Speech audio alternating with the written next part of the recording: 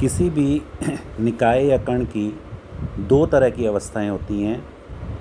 यांत्रिकी में इन अवस्थाओं को हम स्थिर अवस्था तथा गतिशील अवस्था दो भागों में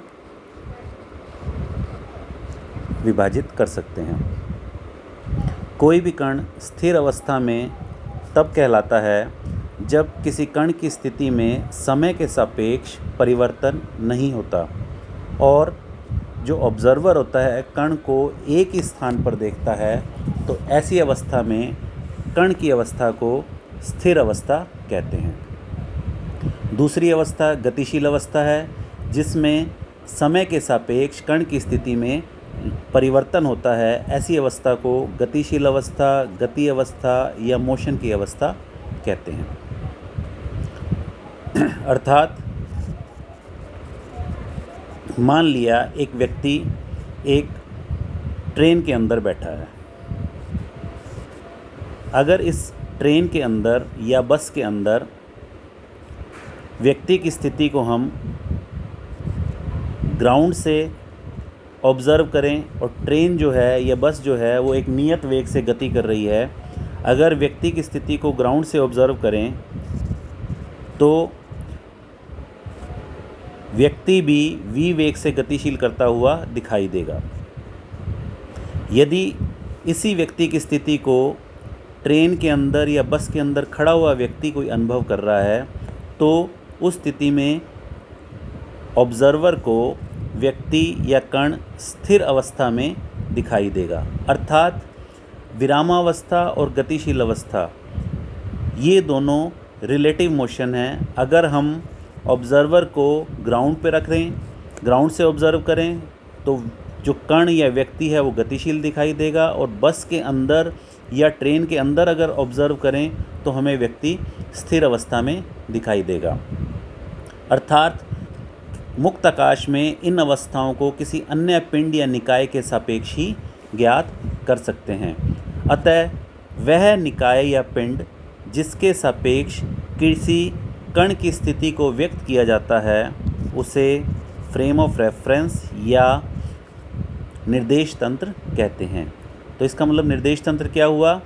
वह निकाय या पिंड जिसके सापेक्ष यानी ऑब्ज़र्वर जिसके सापेक्ष किसी कण की स्थिति को व्यक्त किया जाता है, उसे फ्रेम ऑफ रेफरेंस कहते हैं। अब फ्रेम ऑफ रेफरेंस जो होते हैं वो भौतिकी के हिसाब से हम दो भागों में विभाजित करते हैं। प्रथम है जड़त्वीय निर्देश तंत्र या इनर्शियल फ्रेम ऑफ रेफरेंस,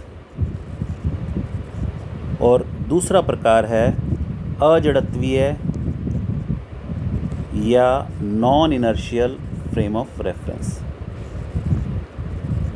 अब ये जड़त्वीय और अजड़त्वीय निर्देश तंत्र में क्या अंतर है? जड़त्वीय निर्देश तंत्र वह निर्देश तंत्र है जिसमें कण का वेग या वेलोसिटी जो होती है वो नियत होती है। अगर कण की वेलोसिटी नियत होगी तो कण पर लगने वाले त्वरण का मान कितना होता है? dv/dt के बराबर होता है, तो ये 0 के बराबर होगा।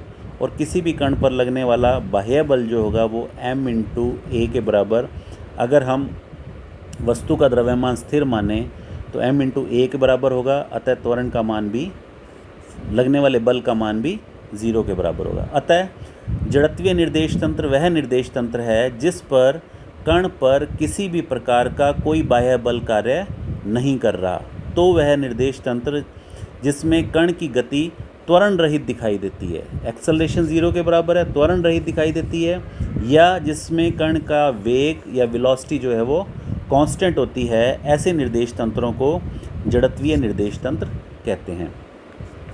अब जड़त्वीय निर्देश तंत्र के क्या फ़ायदे हैं? जड़त्वीय निर्देश तंत्र में न्यूटन के लिए नियम फर्स्ट लॉ और सेकंड लॉ सदैव वैध होते हैं, हमेशा लागू होते हैं। अर्थात जड़त्वीय निर्देश तंत्र वह निर्देश तंत्र है जिस यदि किसी कण पर कोई बाह्य बल कार्य नहीं कर रहा, कण का वेग नियत है और कण पर लगने वाला त्वरण अर्थात गति जो है कण की वो त्वरण रहित है, तो ऐसे निर्देश तंत्र को हम जड़त्वीय निर्देश तंत्र कहते हैं। दूसरा प्रकार है अजड़त्वीय निर्देश तंत्र। जड़त्वीय निर्देश तंत्र में न्यूटन के नियम जो होते हैं फर्स्ट लॉ और सेकंड लॉ वो समान रूप से लागू होते हैं, वैध होते हैं। दूसरा अजड़त्वीय निर्देश तंत्र, वह निर्देश तंत्र जिसके सापेक्ष बाह्य बल उपस्थित होते हैं या कण की गति त्वरित दिखाई देती है, अर्थात F external not equal to zero या acceleration not equal to zero या वेलोसिटी नॉट कांस्टेंट।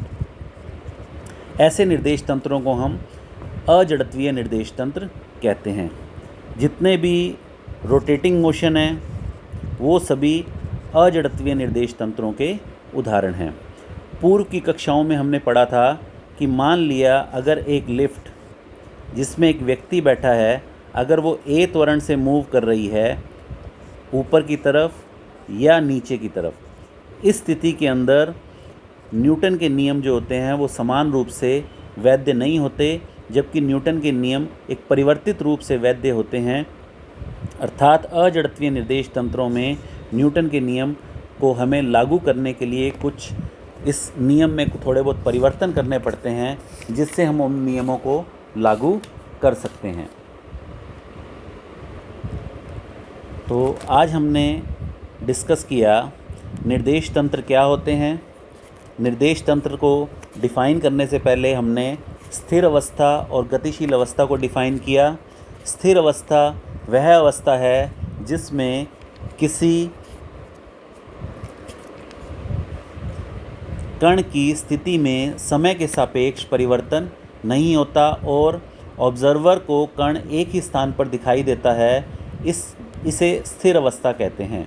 और यदि कण की स्थिति में समय के साथ परिवर्तन होता है तो ऐसी अवस्था को गतिशील अवस्था कहते हैं। अर्थात जो अवस्थाएं हैं विरामावस्था और गतिशील अवस्था, ये दोनों सापेक्ष अवस्थाएं हैं, जिसमें हमने एक बस के उदाहरण से या ट्रेन के उदाहरण से कैसे समझाया कि किस तरह से ऑब्जर्वर की स्थिति के हिसाब से हम एक ही व्यक्ति या एक ही कण की स्थिति को स्थिर अवस्था या गतिशील अवस्था के हिसाब से डिफाइन कर सकते हैं। अर्थात यदि वह निकाय या पिंड जिसके सापेक्ष किसी कण की स्थिति को व्यक्त किया जाता है उसे फ्रेम ऑफ रेफरेंस या निर्देश तंत्र कहते हैं। अब निर्देश तंत्र दो प्रकार का होता है, जड़त्वीय निर्देश तंत्र तथा अजड़त्वीय निर्देश तंत्र।